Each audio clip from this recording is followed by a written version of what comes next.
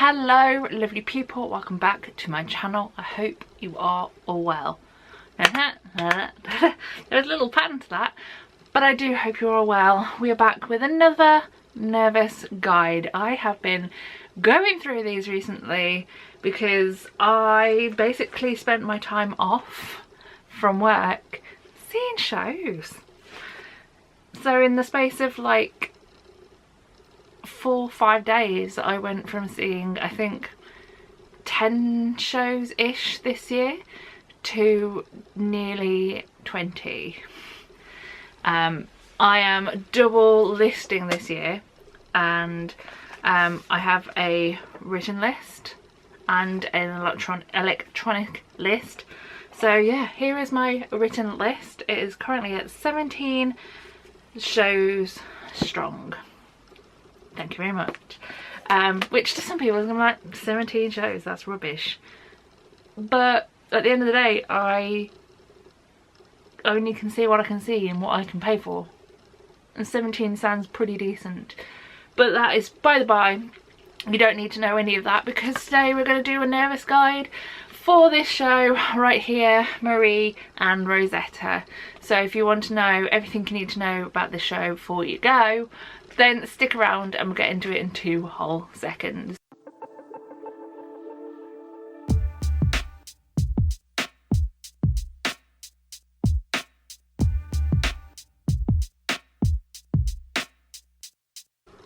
So yes, we're here for a nervous guide. If you don't know what the nervous guide is, if this is your first time appearing on my channel, firstly hello, welcome. Yes, I do like to chat and half of it makes sense, but for most shows that I see I like to do 2 separate videos. The first one being this one. This is a nervous guide.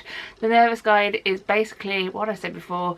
It's everything you need to know about the show before going into it. So if there's any age restrictions, any content and sensory warnings you need to know about, any problems with seats, or just looking at my seat view in general. If it's a theatre I've never been to before, sometimes I like to talk about toilets. Don't ask me how we got onto this because I fully don't know, but it's something I like to sneak in occasionally. And yeah, just anything you need to know about the show before you go into it, which might ease you in a little bit more if you are more aware of what might affect you. And then secondly, we do the review. The review is always in inverted commas because it's basically me talking about things I enjoyed about the show, the things I didn't enjoy about the show, although I don't tend to do that as much because I like things to be positive if possible. So yeah, 2 separate videos, all rounds up to make this nice neat collection on a show. And as mentioned, today we're going to talk about Marie and Rosetta. So let's just get into it. Let's start with the seat. So I saw this show at the gorgeous Wolverhampton Grand. I watched it on the last day it was at the Grand because like I said, I've been busy this week and it was the only chance I had to go and watch the show. I sat in the stalls in J15. I don't think I've sat in the stalls that close for a while at the Grand. If I go to the Grand, 9 times out of 10 I try and drag my mother along with me, and we tend to sit towards the back of the stalls in a set of 2 seats, one of which has better view than the other one, which makes it slightly cheaper, and I always end up in that seat. But because I was taking myself and myself alone, I splurged out a little bit and got one of the more expensive tickets that was still left. And bonus, it was a solo seat because there was a group one side of me, there was a group the other side of me, and so there was a perfect little me-sized space for me to sit in. The seat view was pretty decent. As always, I'll try and leave it here.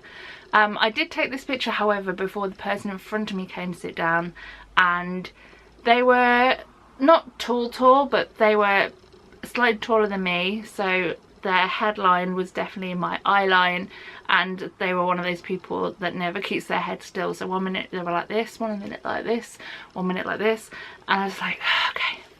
It wasn't like a massive thing, and I just carried on.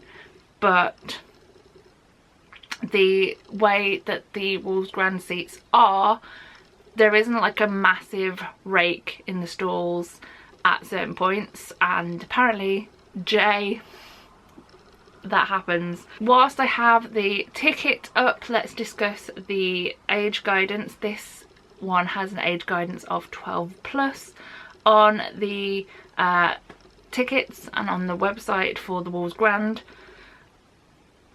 Whilst we're here, let's just briefly talk about the content and themes, because I also have that up. So the content warnings, if you will, for this show, I've got from the Chichester Festival Theatre website, and it states, this production contains infrequent discriminatory language reflective of the period, themes of racism, domestic abuse and bereavement. This is a play that has music in it, and the music in it is stunning. We'll talk about that more in the next video. But there are discussions, as just mentioned, that you may need to be aware of, because it may affect you in some form. Whilst we're doing warnings, let's just do the sensory side. I didn't actually write anything down for the show when I was there.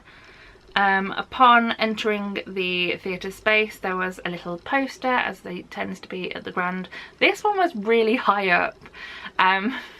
For some reason, on the door that I went through, which is stalls right door, the warning or the posters that they have were slightly raised up, and I don't quite know why, because the one that I took a picture of, which is the one I'm talking about, was above my head height, and I'm 5'7", and there was a second one which I think was just slightly lower, which they have for any production that is on at the Grand, which basically says something along the lines of, there is the possibility that the person that you have booked your ticket to see might not be on it. Like, the cast is never set. I don't know what I want to say here.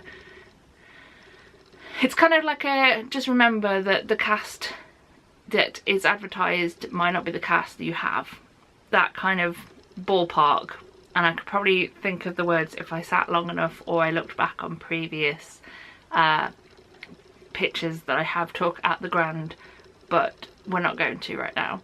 But on that, rounded back, on that it says Marie and Rosetta contains haze. That's the only thing that the theatre warned about. The haze was hazing before the show started, to the point that I was happily minding my own business doing some Instagram posts once I got to my seat, and there was a little bit of haze, light haze, but it was pretty much stage based. And then with 5 minutes ago I looked up from my phone, and the haze had pretty much come to audience height and audience depth. And I don't know about you, but I don't enjoy the smell of haze that they use in most theatres. It just takes me back to my childhood in the 90s, when you used to go to discos and they used to just like right in your face. Just like, it's not a nice feeling.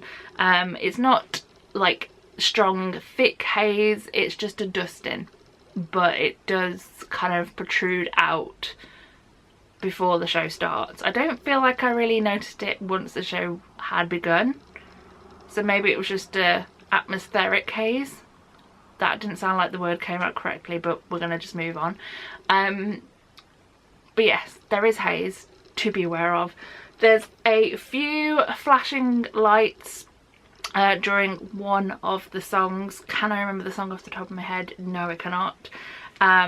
But during one of the songs, the brighter lights are used. They come from behind the back curtain, and they're not bright in your face bright, but there is a bit of a flashy moment, and at the same time that happens, there is the names of Marie and the name of Rosetta both kind of flashed out through that said curtain, but they're not like in your face blinded flashing lights, but they are a little bit flashy, so you're aware.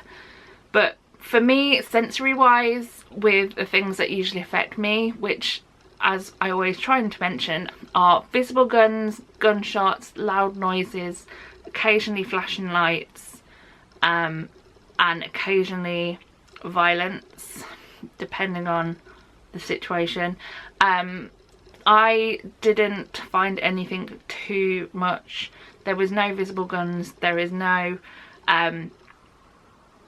loud noises. The band is on stage with the performers and the band is incredible, and again, not too loud. So sensory wise for me, I was fine, but like I always try and say, everybody is different, so just be aware of the things I've said, and if you've seen this show and you think I've forgotten something, please feel free to leave it in the comments area so that everyone else can also be aware of it too, because I am one person and something that might affect me might not affect someone else, and vice versa. Final thing to mention is the running time of this show. I feel like this has been completely backwards, because normally I finish on the sensory and content warnings, but the way that this all threaded through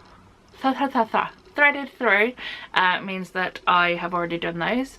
The running time of this show is 1 hour 40 minutes, no interval. Now we did have a show stop, which was about 5 to 10 minutes before the end, just when the whole story shifts, but up until that point it was like no time had passed. You literally get involved into the story from the get-go, and yeah, it was an amazing story. But there is no interval, which is something to be aware of, especially if you know that you're gonna need a wee at some point. Please go before the show starts, because there was a few people in my area that suddenly decided with like 15 minutes to go before the show stop happened, they all needed a wee, and it's just annoying. I know some people can't help it, but if you can, it's a bugbear. People that leave in the middle of a show to go for a wee, please hold it if you can. But yeah, that is basically everything you need to know about the show. As always, the next video you will see hopefully will be the review. But yeah, I'm going to leave this video here and say thank you very much for watching. As always, the final thing I need to say is this. Firstly, I love you all lots. If you ever get to the end of this video, then, or any video that I create, I love you so much for doing so. And as always, the last thing I say is so long, farewell, auf Wiedersehen, and goodbye. Goodbye.